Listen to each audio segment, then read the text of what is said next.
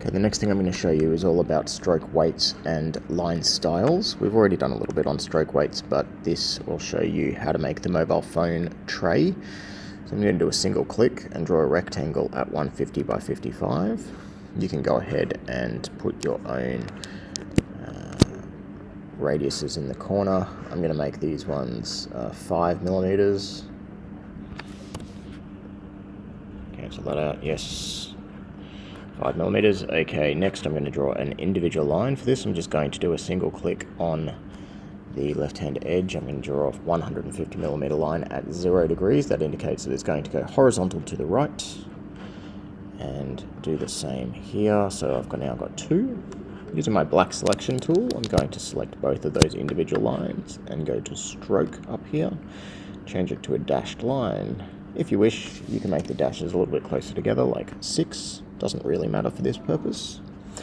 Okay, selecting the bottom line and the outside shape. Going to select those two, and we're going to bottom align, and then align to key object, minus 10 millimeters in the vertical position. Those are now locked in place. Going to select these two objects now, the top line as well as the whole body. Do the same again, select the bottom alignment, align to key object, and this time I'm going to align negative 25 millimeters. That should give us 15 millimeter gap between the two dotted lines. That dotted line indicates that this is a fold line. All right. Now, what I'm actually going to do now is I'm going to ungroup. So I've just selected all and ungroup, but I'm going to really make sure that none of that has moved. Okay, so I grouped it originally because I was still working with it and I wanted to make sure that none of the relationships moved.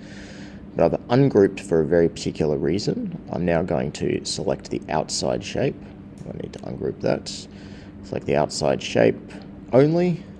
Change the stroke weight to 0.01 so that the laser cutter knows to cut this, and it is going to see the thicker 1 point line as an etch line. That will enable us to have our etch lines already drawn in there when we go to bend it on the strip heater.